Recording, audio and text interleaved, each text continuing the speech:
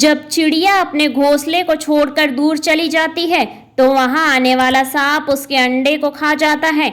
लेकिन एक ऐसा चालाक पक्षी भी है जिसने सांपों को भी अपनी चालाकी से मात दे दी है। दरअसल इस पक्षी का नाम पेंडुलाइन टिट है और यह पक्षी अपने अंडों को बचाने के लिए जब घोंसला बनाता है तब घोंसले में घुसने के लिए दो रास्ते बनाता है।